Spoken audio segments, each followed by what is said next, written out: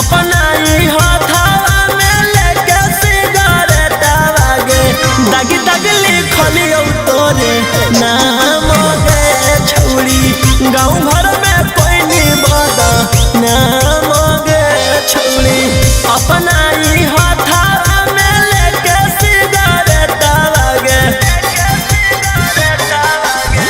अपना ही हाथवा में लेके सिगरेट आगे दागी दागी लिखलियो तोरे नाम गे छौरी।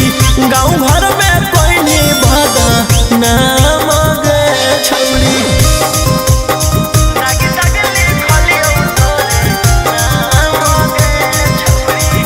Mixed by Ankit Ahir.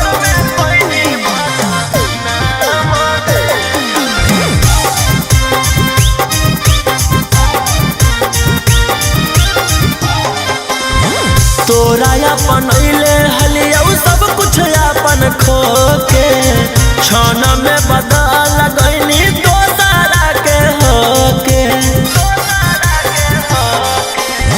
तोरा अपन अइले हलिया सब कुछ अपन खो के क्षण में बदल गईनी दोसरा के होके।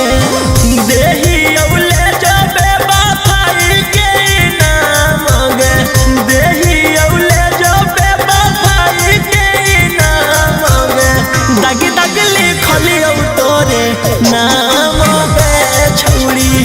गाँव भर में कोई नहीं बता नाम गे छौरी।